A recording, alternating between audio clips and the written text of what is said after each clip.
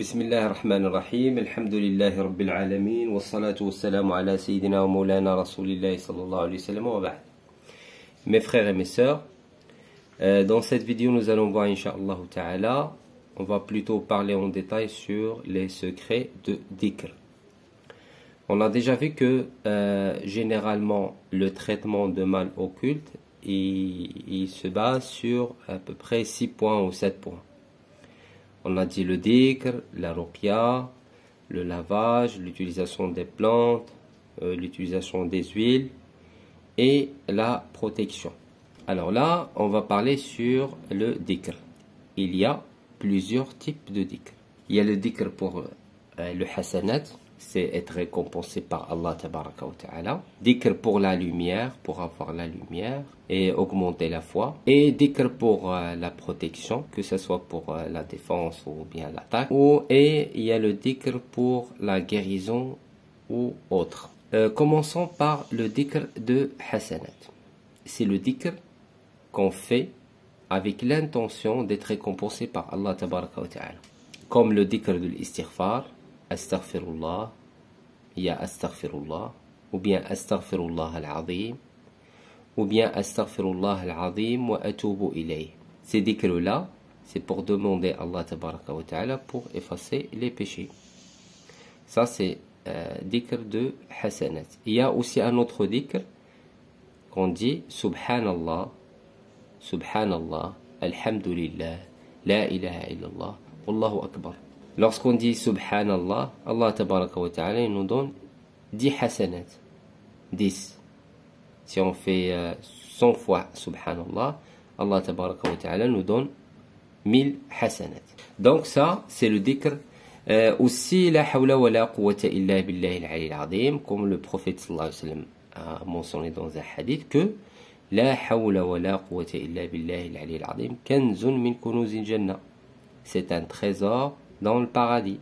Aussi, si quelqu'un fait 12 rak'at par jour, Allah tabaraka wa ta'ala, il lui donne une maison au paradis. Donc tout ça, ce sont des actes, des dhikr, des actes qu'on fait, mais pour être récompensé, pour avoir de hasanat, pour demander qu'Allah tabaraka wa ta'ala efface les péchés, etc. Le deuxième type de dhikr, c'est un dhikr pour avoir la lumière. On passe à un autre niveau pour augmenter la foi, pour augmenter notre niveau spirituel, pour augmenter notre lumière, pour se rapprocher plus envers Allah tabaraka wa ta'ala. Par exemple, parce qu'il y en a plusieurs, l'exemple de La ilaha illallah.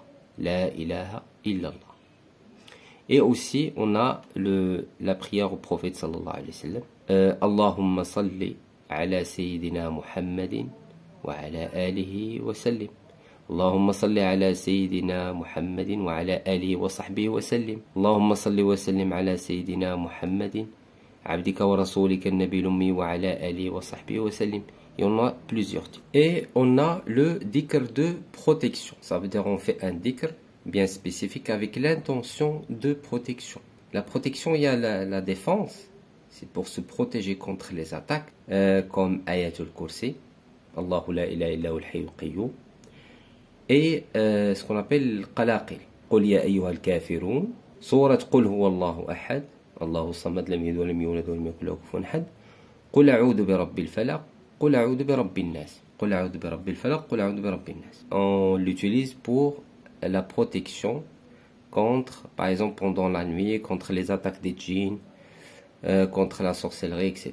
On a un dhikr qu'on fait pour attaquer. Ça veut dire si un djinn nous attaque, ou bien si une sorcière ou un sorcier nous attaque, ou quelqu'un qui nous fait la sorcellerie, comment on fait pour le bloquer à distance?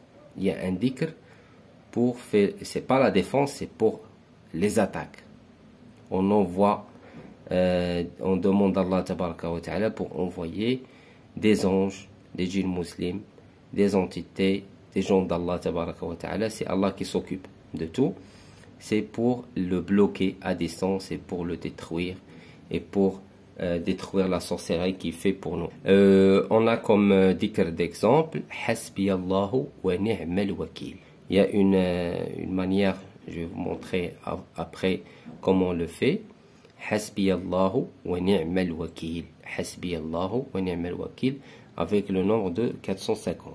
On fait 450 fois Hasbiyallahu wa ni'mal wakil. Il y a aussi surat Al-Fil. ألم تر كيف فعل ربك بأصحاب الفيل ألم يجعل كيدهم في تضليل وأرسل عليهم طيرا أبابيل ترميهم بحجارة من سجيل فجعلهم كعصف مأكول. Surat Al-Fil. Aussi on peut dire le dhikr de Ismullah Al-Latif. Ya Latif, Ya Latif, Ya Latif, ça aussi ça fait. Alors, il y a un autre type ou catégorie de dhikr, c'est le dhikr pour la guérison ou autre. Alors on a Surat Al-Baqarah. Surat Al-Baqarah, c'est spécialement pour la sorcellerie. On a aussi Surat Al-An'am. Surat Al-An'am aussi c'est très efficace là pour le traitement de la sorcellerie. On a aussi les versets de quiétude et sérénité et de tranquillité. Ayatus sakinati wa tuma'nina. Il y a à peu près 6 versets. Les versets pour la guérison. Il y a aussi 6 versets pour la guérison, ce qu'on appelle Ayatul Shifa, les versets de guérison. On a aussi les versets et sourates pour le mariage, pour toute femme ou homme qui a un problème de mariage, ou bien un problème qui a rapport avec le mariage. Une femme avec son mari, de fertilité, etc. Il y a sourate An-Nur. On a aussi pour Surat Ad-Duha. Surat Ad-Duha, c'est pour les enfants, pour tout ce qui est en rapport avec les études, l'intelligence, les gens qui ne se rappellent pas aux choses, qui ont un problème d'oubli. Wad-Duha, wal-layli idha saja, ma wadda'aka rabbuka wa ma qala, وللآخرة خير لك من الأولى ولسوف يعطيك ربك فترضى ألم يجدك يتيما فآوى ووجدك ضالا فهدى ووجدك عائلا فأغنى فأما اليتيم فلا تقهر وأما السائل فلا تنهر وأما بنعمة ربك فحدث. Il y a Surat Ad-Duha, il y a aussi le verset de Surat Al-A'la, Sanuqri'uka fala tansa. Sanuqri'uka fala tansa. On répète chaque jour plusieurs fois Sanuqri'uka fala tansa. Pour les gens qui ont un problème d'argent, il y a le Surat Al-Waqi'a.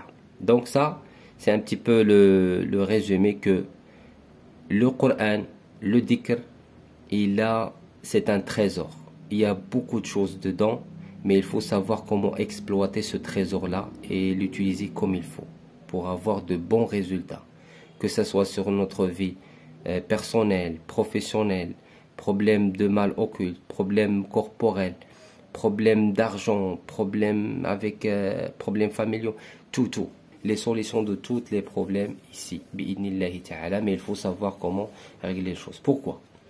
Parce que la lumière de dhikr, c'est la nutrition de notre âme et notre cœur et notre esprit. Et comme vous le savez, le dhikr c'est un médicament. Et comme vous le savez, chaque médicament, il faut respecter type de médicament parce que chaque mal, il a un type de médicament bien spécifique.